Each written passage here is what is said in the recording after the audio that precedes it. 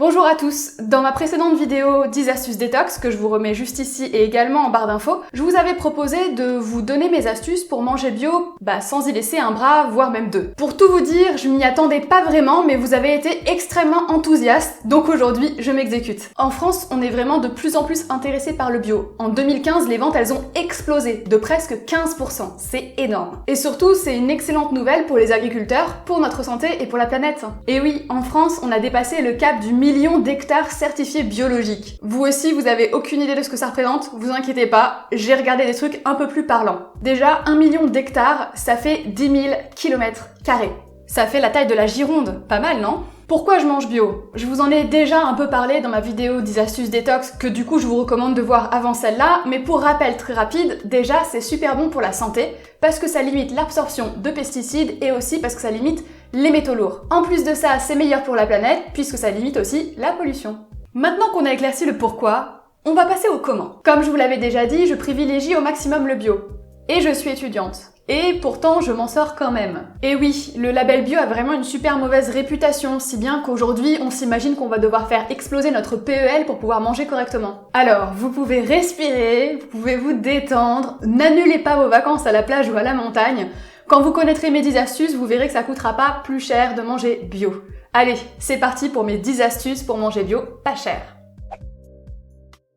Pour moi, c'est la base. Qui dit plat préparé dit travail supplémentaire de la part de l'industriel. Et forcément, ce travail-là, il est pas gratuit et il fait même carrément exploser les prix. Alors oui, je sais, ça fait gagner du temps. Du coup, c'est à vous de gérer vos priorités. Personnellement, j'aime cuisiner, ça me vide la tête et puis surtout, je sais exactement ce qu'il y a dans mon assiette. Vous avez déjà regardé la composition de vos plats tout préparés? Non, mais parce que parfois, ça fait un peu peur quand même. Votre priorité numéro 2, acheter en vrac. En gros, au lieu de prendre un paquet de pâtes tout prêt qui existe déjà, vous allez à un distributeur, vous remplissez votre petit sachet avec la quantité que vous voulez, vous le pesez et hop, à tous les coups, c'est beaucoup moins cher. Bah oui, sans emballage, le coût du conditionnement et le budget marketing, ils partent aux oubliettes. Alors les prix baissent. En plus, il y a plein d'autres points positifs. Déjà, on peut prendre exactement la quantité qui nous intéresse. Ensuite, il y a quand même beaucoup de choix à l'air de rien. Et forcément, pour finir, sans emballage, il y a moins de déchets et moins de pollution pour la planète. En regardant le prix au kilo, en gros, on s'évite de très mauvaises surprises. Alors le réflexe à adopter, quand on voit deux produits similaires mais qui n'ont pas le même poids, c'est de ramener au kilo. Sinon, ça a juste pas de sens. Par exemple, j'ai le choix entre un sac de patates de 2,5 kg à 3,30 € et d'autres en vente libre à 1,70 € le kilo. On pourrait croire en regardant de loin que les deuxièmes pommes de terre sont moins chères que les premières. Mais en vrai, le premier sachet, au kilo, ne coûte qu'1,32 €. Alors pour peu qu'on sache les conserver correctement, et a priori tout le monde sait conserver des patates, ou que votre famille est un peu nombreuse, ça vaut vraiment le coup. Ah, les produits de saison. Moins chers, meilleurs, mais aussi moins nombreux. Bon après je sais pas vous, mais en général je suis déçue par les fraises et les tomates hors saison. Elles ont juste pas de goût. Autre point important, les fruits et légumes qui ne sont pas de saison chez nous en ce moment, le sont forcément ailleurs dans le monde. Sinon il y en aurait pas du tout, hein. Du coup, il faut les faire venir. Ils sont cueillis pas, voire peu mûrs, pour mieux résister au transport, et vous vous doutez bien que ces transports-là sont polluants. Pour mieux s'y retrouver, parce que c'est quand même un peu compliqué, je vous ai mis en barre d'infos un tableau qui récapitule tous les fruits et légumes par saison. Cadeau! On a commencé à parler de trajet, mais là, maintenant tout de suite, on va vraiment rentrer dans le vif du sujet. Est-ce que vous saviez que si vous mangez des haricots verts avec du riz, du saumon, une petite salade, concombre, tomates et pour finir un peu d'ananas, a priori, ça a fait 30 000 km avant d'arriver dans votre assiette. Pour rappel, la Terre, elle fait grosso modo 40 000 km de circonférence. Donc ce repas, il a fait les 3/4 du tour du monde. C'est complètement dingue, non? Et pourtant, ça s'explique assez facilement. Le saumon vient de Norvège, les haricots verts viennent du Maroc, le riz vient d'Inde, la tomate et le concombre viennent du sud de l'Espagne et l'ananas a priori du Costa Rica. Ça fait mal, hein? Ouais, et encore, vous savez pas la suite. Les trajets de nos assiettes représentent 1/3 des émissions de gaz à effet de serre. C'est 3 fois plus que ce que les voitures perso dégagent. Donc pour résumer, acheter local, c'est lutter contre le réchauffement climatique. Ouais. Mais surtout, ce qui nous intéresse ici pour manger bio moins cher, c'est que plus on achète local, et moins les produits ont été transportés. Ça veut dire moins d'intermédiaires et moins de frais de transport, donc les prix baissent. Cerise sur le gâteau, on a en plus la satisfaction de savoir qu'on soutient un producteur local.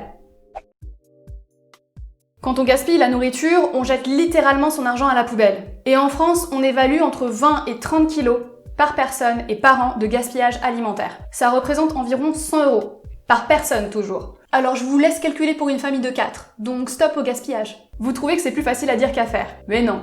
Je vous rassure, c'est juste un petit peu d'organisation.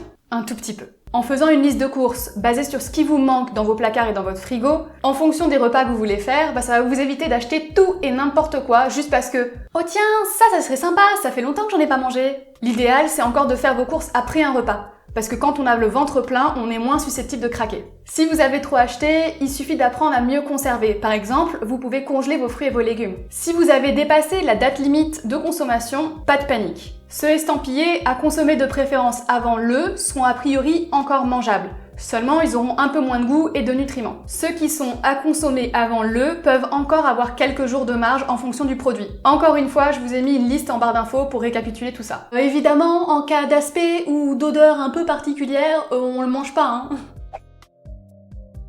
Règle numéro 1, mangez tranquillement. Et oui, plus on mange vite et plus on mange. Parce qu'il faut en moyenne 20 minutes pour que le cerveau réalise qu'on a assez mangé. Donc on prend le temps de papoter avec sa famille ou avec ses potes pendant les repas et vous verrez que l'air de rien, vous mangerez toujours suffisamment, mais moins. Et quand on mange moins, ça coûte moins cher, hein, juste si vous n'aviez pas suivi. Dernier souci, quand on a faim, trop faim, on voit grand, trop grand. Donc si vous avez cuisiné trop de nourriture, trouvez des recettes recyclage. Par exemple, vous pouvez utiliser tous les légumes en sauce avec des pâtes, faire un gratin, faire une tarte, une quiche, une tourte, une pizza. Et les fruits congelés par exemple, vous pouvez les utiliser pour en faire un smoothie.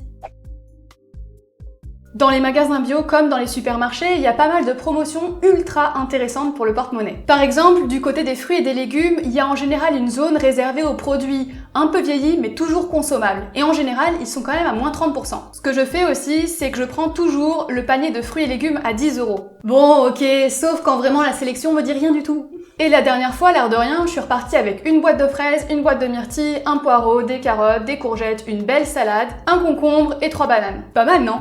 Surtout que l'air de rien, ça tient une semaine. La dernière astuce, mais sur le long terme cette fois, c'est la carte de fidélité. Le jour où on a accumulé assez pour avoir 10 € de réduction, ça fait toujours plaisir. L'air de rien, ça fait comme si je repartais avec mon panier de fruits et légumes pour la semaine, mais gratuit.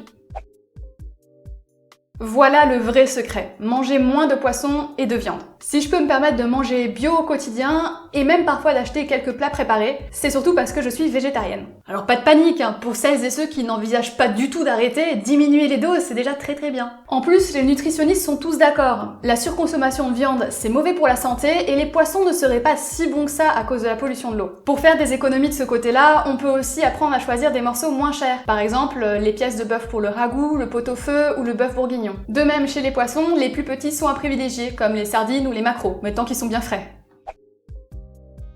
J'allais pas vous laisser comme ça, sans aucune solution pour vous rassurer niveau protéines pas chères. Tout ce qui est légumineuse, comme les pois chiches, les haricots, les lentilles ou les pois cassés, remplace très facilement la viande. Ils ont suffisamment de protéines. Et pour info, l'histoire de « il faut combiner les sources de protéines au cours d'un même repas », c'est un mythe. On a longtemps cru qu'il fallait associer au cours d'un même repas des céréales et des légumineuses pour avoir tous les acides aminés essentiels. Au final, cette combinaison n'est pas du tout nécessaire. Si vous mangez du riz aujourd'hui et des lentilles demain, ça sera tout aussi complet. Petit point bonus spécial environnement, les légumineuses captent l'azote atmosphérique et fertilisent le sol. Que vous utilisiez toutes ces astuces ou même juste une seule, a priori, la prochaine fois que vous faites vos courses, vous devriez voir une jolie différence sur votre ticket de caisse. J'en ai pas parlé, mais évidemment, si vous avez la chance d'avoir un jardin ou même un petit balcon, vous pouvez aussi cultiver vos propres légumes et même quelques herbes aromatiques.